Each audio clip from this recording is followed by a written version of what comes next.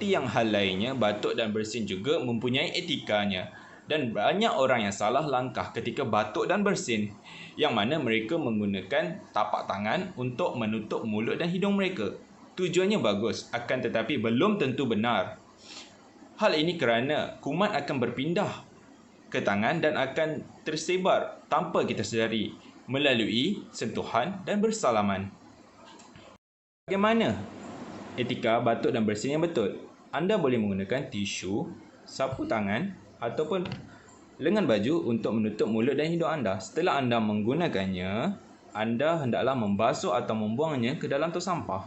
Sekiranya batuk dan bersin anda berpanjangan, anda hendaklah memakai penutup mulut dan hidung untuk mengelakkan daripada orang lain berjangkit. Sekian, terima kasih.